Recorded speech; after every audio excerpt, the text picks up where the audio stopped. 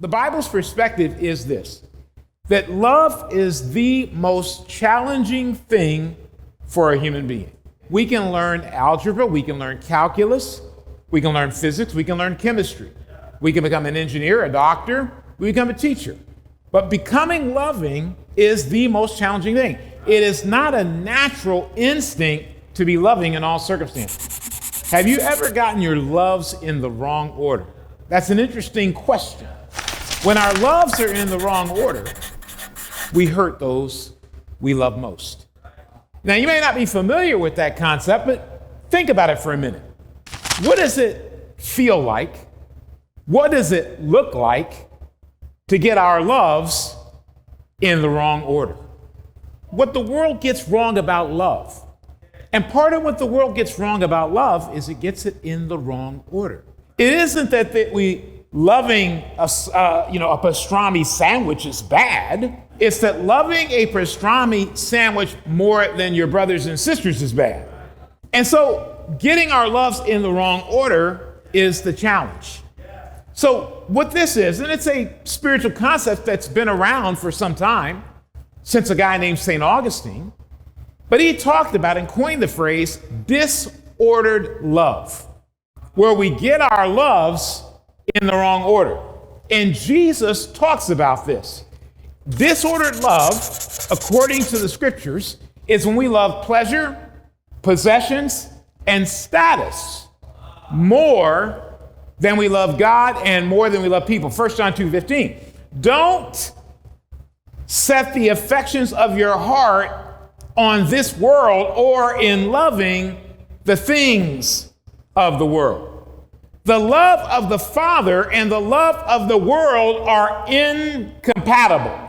For all that the world can offer us, the gratification of our flesh, the allurement of the things of the world, and the obsession with status and importance, none of these things come from the Father, but from the world. So the key line is highlighted. The love of the Father and the love of the world are incompatible. So when you and I are watching news or reading information about where the world is going, it's important to understand that if you're a Christian and you believe the Bible, you're going to find the definitions in streaming movies or television shows, the definition coming from politicians, philosophers, professors, psychologists, the definition of love that they put out there are most often incompatible with the love of God, because one of the things that's increasingly being taught in the world we live in is, if it feels good, do it pleasure. Possessions, they give you a sense of satisfaction, happiness, or status. One of the things we have to do spiritually is understand when we're reading the Bible, if we love pleasure, possession, and status more than we love God, we're going to feel uncomfortable reading the Bible. If we are asked, hey, would you like to study the Bible? We're going to feel uncomfortable if our life's about pleasure, possession, and status. And here's the dilemma. When you're a Christian and you're in church, we almost always think these three things are other people's problems. Pleasure, possession, and status. I'm denying myself. I'm going to church service. I'm reading my Bible. Pleasure, possessions, and status, it's not just that we seek them, it's getting them in the wrong order. You know, one of the people who's in the last 5 years begun to push this idea is a guy named David Brooks, a columnist for the New York Times, and he was interviewed and asked a question. How do you define sin?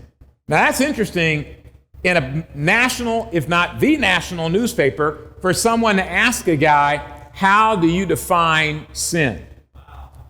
Here's his answer.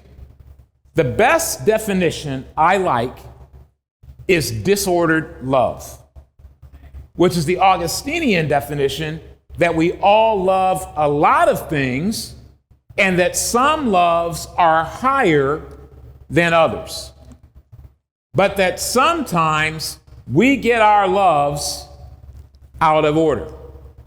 If a friend tells you something and you blab it at a dinner party, you're putting your love of popularity above your love of friendship. Disordered love is getting love in the wrong order. And it causes us to have difficulty loving people. I know a lot of us in here, and most of us in here think we're loving. You may not say that, but I don't think I'm hating people. I don't think I'm disliking people. And so it's hard for us even to hear it and think, I've got a problem with disordered love.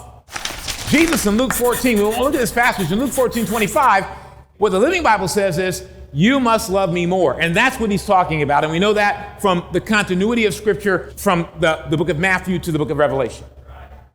And so what he's saying, it's interesting because he puts them in order. He says, you have to love me more than your father, your mother, your wife, your children, your brother, and your sister.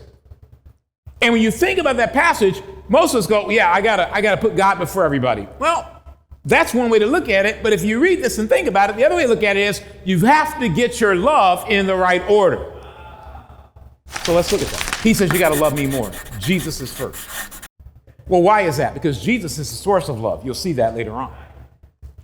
But then he says father, mother, and goes on, pretty much wife, pretty much through the most vital relationships you have. Because here's what it is. If you in your home or me in my home can't love my mom and dad, then I'm not going to be able to love anybody else. We learn love first with our parents.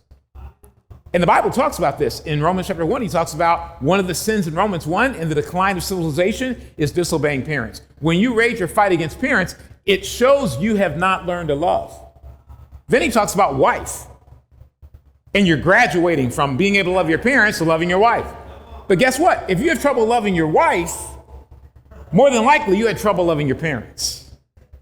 And so he sets up the order of loves. And many of us are going to fight this because I fought it for a long time. I've been looking at this for months. Because we just don't want to believe that somehow we could be hurting the people around us because we have our loves in the wrong order. And David Brooks helps us. He says, this is the essence of sin. Instead of walking around and feeling guilty about every single sin we do, we ought to sit down and say, my real issue isn't that I sin. My issue is that my sin is about putting my love out of order. When you look at your success and you want to be more successful than you want to love your wife or your husband, then you've got your loves in the wrong order. When we envy people, we've got our love in the wrong order. We want what they have. We don't want a relationship with them. This is what messes us up spiritually and makes us not want to read or study the Bible. Disordered love. How do our loves get out of order? Well, there's a few things. Dark times get us out of order. We are living in a dark time. I don't know if you've noticed the movies that are available today, the television shows that are available today, the headlines. But when you read headlines and you watch movies, and some people say, you can't be down on entertainment. Look, entertainment is killing us. And the more we watch the dark times, and the more we watch the negativity, the hate between races, the hate between genders, the hate between political parties, that has an effect on us. Dark times produce angry thoughts. If you and I consume too much darkness, too many dark movies, too many things that have violence in them, too many things that have rape in them, too many things that have using people in them, we're going to end up having our own darkness inside, and we will become angry.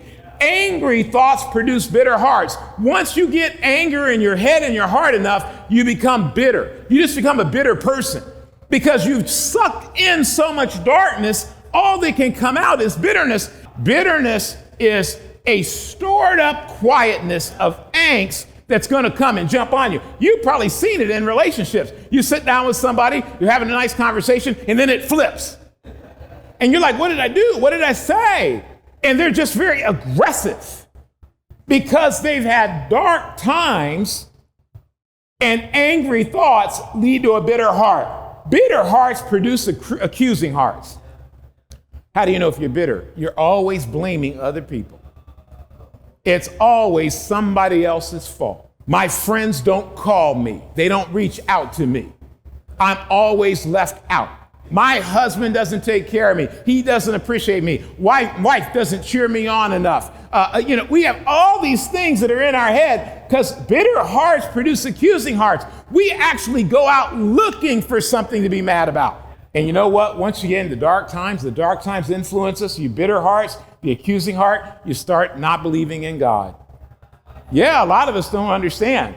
that once you let bitterness run amok and you start accusing people, you're just a little way from not believing in God. If you're sitting here today and you say, well, I don't really believe in God, or I don't want to be a Christian, or I don't want to read the Bible, more than likely, you've been consumed by dark times that have created bitterness and accusations toward other people. And as a result, accusing hearts produce unbelieving hearts. How do we put our loves in the right order? How do we get our loves in the right order?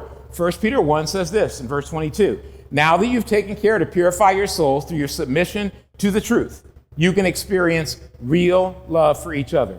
He's saying purify your souls. That's about getting rid of all that disorder.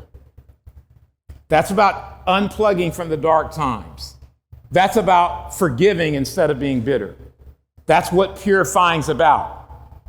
You and I can't become loving until we clear out the garbage in our heads and our hearts.